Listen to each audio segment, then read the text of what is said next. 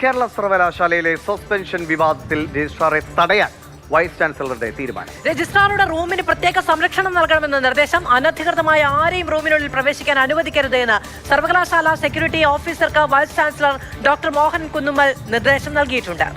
Jibin JB വിവരങ്ങളുമായി തിരുവനന്തപുരത്തുണ്ട്. ജിബിൻ, ഇന്നലെ പൊതുപണി മുടക്കായതുകൊണ്ട് സർവകലാശാലയും ശാന്തമായിരുന്നു. ഇനിയിപ്പോൾ സർവകലാശാല സംഘർഷ ഭൂമിയാകുന്നതിന്റെ സമയമാണ്. ഇത് എന്ത് ചെയ്യും? ഉദ്യോഗസ്ഥർ ഇതിന്റെ ഇടയിൽ കിടന്ന് അല്ലേ ആകെ ചെകുത്താനും കടലിനും ഇടയിൽപ്പെട്ട അവസ്ഥയാണ്. എന്താണ് സംഭവിക്കുന്നത്? സമയം 10:22 ഈ എത്തേണ്ടവർ എത്തിയോ?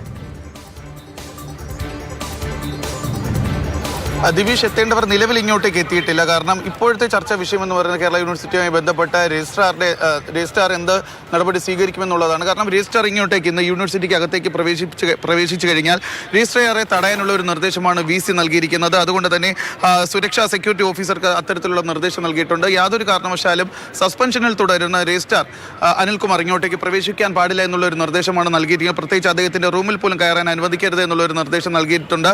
അതിനെതിരെയാണ് ഇപ്പോൾ സിൻഡിക്കേറ്റ് അംഗം ഷിജുഖാൻ നേരത്തെ മാധ്യമങ്ങളോട് പ്രതികരിച്ചത്. കാരണം സിൻഡിക്കേറ്റിന്റെ തീരുമാനം അന്തിമമാണ്. സിൻഡിക്കേറ്റ് എടുത്ത ഈ തീരുമാനം, അതായത് സിൻഡിക്കേറ്റിന്റെ ഡിസിഷൻ നിലനിൽക്കുമ്പോൾ അപ്പോയിന്റിംഗ് അതോറിറ്റിയായ സിൻഡിക്കേറ്റ് നിലനിൽക്കെ രജിസ്ട്രാറെ കയറണ്ട എന്ന് പറയാനും വേറൊരാൾക്ക് ചുമതല കൊടുക്കാൻ കഴിയുമെന്ന് പറയാനും ഇതെന്താ വെള്ളരിക്ക പട്ടണമാണോ? അങ്ങനെ ഏതെങ്കിലും VC മാർക്ക് സ്വപ്നത്തിൽ കണ്ടത് ഉടൻ ഉത്തരവായി ഇറക്കിയാൽ അത് നിയമപരമായി നിലനിൽക്കില്ല. ഹൈക്കോടതിക്കും മുകളിലല്ല ഒരു വൈസ് ചാൻസലറും. അതുകൊണ്ട് മോഹനൻ കുന്നുമ്മേലിന് ഇപ്രകാരം ഒരു നിയമവിരുദ്ധ നടപടിയും സ്വീകരിക്കാൻ അധികാരമില്ല. രജിസ്ട്രാറെ തടയാൻ ആർക്കും കഴിയില്ല. നിയമപരമായി നിയോഗിക്കപ്പെട്ട രജിസ്ട്രാർ നിയമപരമായി തുടരും. ജിബിൻ ജെബി വിവരങ്ങളുമായി നമ്മളോടൊപ്പം തുടരുന്നുണ്ട്. ജിബിൻ, കഴിഞ്ഞ ദിവസം തന്നെ യുദ്ധക്കളം പോലെയായിരുന്നു സർവകലാശാല ക്യാമ്പസ്. സമാനമായി ഇപ്പൊ പൊതുപണി മുടക്ക് കഴിഞ്ഞാൽ വീണ്ടും ശക്തമായ സമര പ്രക്ഷോഭങ്ങൾ എന്ന് തന്നെയാണ് SFIയുടെ നേതാക്കൾ പറഞ്ഞത്. സർവകലാശാലയിൽ ഇന്നും അത് ആവർത്തിക്കുമോ? മാധു, ഇന്നും സർവകലാശാല ആസ്ഥാനത്ത് അതേ സ്ഥിതി തുടരുമെന്ന് തന്നെയാണ് നമുക്ക് മനസ്സിലാക്കാൻ സാധിക്കുന്നത്. കാരണം രജിസ്ട്രാറുടെ ഈ വിഷയവുമായി ബന്ധപ്പെട്ട ഇപ്പോൾ അല്പസമയം മുമ്പാണ് നമ്മൾ സിൻഡിക്കേറ്റ് അംഗം കൂടിയായിട്ടുള്ള ഡോക്ടർ ഷിജുഖാന്റെ പ്രതികരണത്തേടെ. ആ സമയത്ത് അദ്ദേഹം പറഞ്ഞ ശക്തമായ പ്രതിഷേധം ഈ വിഷയത്തിൽ ഉയർത്തുമെന്ന് തന്നെയാണ് സിൻഡിക്കേറ്റ് അംഗങ്ങൾ ഉൾപ്പെടെയുള്ളവർ ആവർത്തിക്കുന്നത്. കാരണം സിൻഡിക്കേറ്റിന്റെ തീരുമാനമാണ് ഈ രജിസ്ട്രാറുടെ സസ്പെൻഷൻ നടപടി പിൻവലിച്ചതൊക്കെ. അപ്പോൾ അത്തരത്തിലുള്ള നടപടി അവർ സ്വീകരിക്കുമ്പോൾ VC അത് ചോദ്യം ചെയ്തതിനെയാണ് സിൻഡിക്കേറ്റ് ഇപ്പോൾ ചോദ്യം ചെയ്തുകൊണ്ടിരിക്കുന്നത്. കാരണം കോടതി വിധിക്ക് മുകളിലല്ല ഒരു VCയുടെയും തീരുമാനമെന്നും കൂടി അവർ പറയുന്നുണ്ട്. ഇതെന്താ വെള്ളരിക്ക പട്ടണമാണോ എന്നുള്ള ഒരു കാര്യം കൂടിയാണ് ഇപ്പോൾ സിൻഡിക്കേറ്റ് അംഗങ്ങൾ ചോദിച്ചു വയ്ക്കുന്നത്.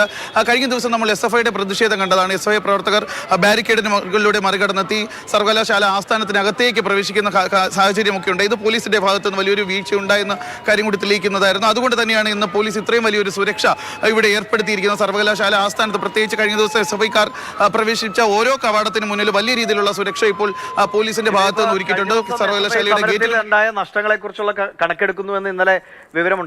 ഒപ്പം തന്നെ പോലീസിന്റെ വീഴ്ചയാണ് അവർ ഉള്ളിലേക്ക് കയറുന്നതെന്ന് വലിയ വിമർശനമുണ്ടായി. ഇതിപ്പോ അടച്ച് അല്ലേ, ഒരു കോട്ട അടച്ചു കിട്ടുന്നത് പോലെ പോലീസ് ശക്തമായി വിന്യസിക്കപ്പെട്ടിരിക്കുകയാണല്ലോ. കഴിഞ്ഞ ദിവസം വലിഞ്ഞു കയറിയ ജനലോ?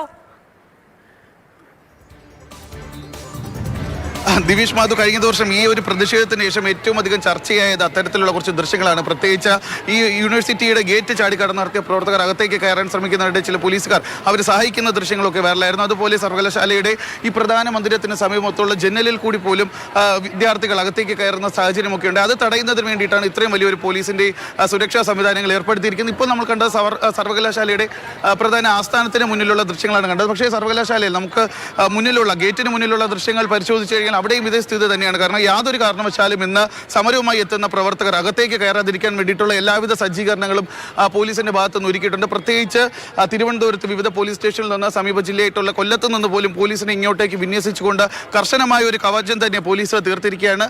ഇന്ന് പ്രത്യേകിച്ച് 10:30 തന്നെ ASFന്റെ മാർച്ച് ഇങ്ങോട്ടേക്ക് ഉണ്ടാകുമെന്നാണ് നമുക്ക് അറിയാൻ സാധിക്കുന്നത്. ആ പ്രവർത്തകർ അകത്തേക്ക് കയറുമെന്നുള്ളൊരു സാഹചര്യം നിലനിൽക്കുന്നുണ്ട്. അതുകൊണ്ട് തന്നെയാണ് പോലീസ് ഇത്രയും വലിയൊരു സുരക്ഷ ഏർപ്പെടുത്തിയിരിക്കുന്നത്. 11 മണിയോടുകൂടി DFIയുടെ ആദ്യമായിട്ടാണ് അവിടെ ഒരു രജിസ്ട്രാർ ക്യാമ്പസിൽ കടക്കരുതെന്നൊരു VCയുടെ നിർദ്ദേശം വന്നിരിക്കുന്നത്.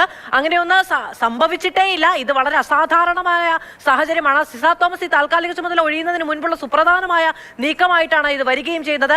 രജിസ്ട്രാർ അവിടേക്ക് കടക്കരുത് എന്ന് സിസ തോമസ് പറയുകയും അങ്ങനെ പറയാൻ കഴിയില്ല, ഇത് വെള്ളരിക്ക പട്ടണമാണെന്ന നിലപാട് DYFIയും SFIയും ഒക്കെ സ്വീകരിച്ചിരിക്കുന്ന സമയത്ത് ഇതിനൊരു സമവായമൊന്നും പ്രതീക്ഷിക്കേണ്ടതില്ല.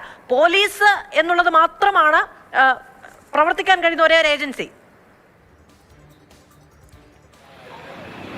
മാധു അത് തന്നെയാണ്. കാരണം ഈ കേരള യൂണിവേഴ്സിറ്റിയുടെ ആസ്ഥാനത്ത് ഇപ്പോൾ കോളേജിന്റെ അഡ്മിഷൻ സമയമാണ്, വിദ്യാർത്ഥികൾക്ക് സർട്ടിഫിക്കറ്റുകളൊക്കെ നൽകുന്ന ഒരു സമയം കൂടിയാണ്. അപ്പോൾ വളരെയധികം ദൂരത്ത് നിന്ന് കേരള സർവകലാശാലയുടെ ആസ്ഥാനം ഇവിടെ ആയതുകൊണ്ട് തന്നെ വിവിധ ജില്ലകളിൽ നിന്ന് പോലും വിദ്യാർത്ഥികളും രക്ഷിതാക്കളും ഇങ്ങോട്ടേക്ക് എത്തുന്നുണ്ട്. പക്ഷേ അവർ ഇവിടേക്ക് എത്തുമ്പോൾ അവരുടെ ആവശ്യങ്ങൾ പോലും നിർവഹിക്കാൻ പറ്റാത്ത ഒരു സാഹചര്യമാണ് നിലവിൽ സർവകലാശാലയിലുള്ളത്. സർവകലാശാല എന്തിനാണോ പ്രവർത്തിക്കുന്നത് അത്തരം കാര്യങ്ങളിൽ അല്ലെങ്കിൽ വിദ്യാർത്ഥികളുമായി ബന്ധപ്പെട്ടുള്ള വിഷയങ്ങളിൽ സർവകലാശാലയിലെ ഉദ്യോഗസ്ഥർക്ക് നേരിട്ട് ഇടപെടാൻ പറ്റാത്ത ഒരു സാഹചര്യം കൂടി നിലനിൽക്കുകയാണ്. കാരണം കഴിഞ്ഞ കുറച്ച് ദിവസങ്ങൾ, പ്രത്യേകിച്ച് കഴിഞ്ഞ 2 ആഴ്ചയോളമായി എല്ലാ ദിവസവും സർവകലാശാല ആസ്ഥാനത്തിന് മുന്നിൽ ഇത്തരത്തിലുള്ള ഈ കേരള സർവകലാശാല കഴിഞ്ഞ ദിവസങ്ങളിലൊക്കെ തുടരുന്ന ഈ അവസ്ഥ സ്വാഭാവികമായിട്ടും അങ്ങോട്ടേക്ക് മറ്റ് സർവകലാശാലകൾ തേടി പോകണമെന്ന് പോലും കുട്ടികളെ ചിന്തിപ്പിക്കുന്ന നിലയിലേക്ക് വലിയ സംഘർഷഭൂമിയെ നമ്മുടെ പല സർവകലാശാലകൾ മാറാറുണ്ട്.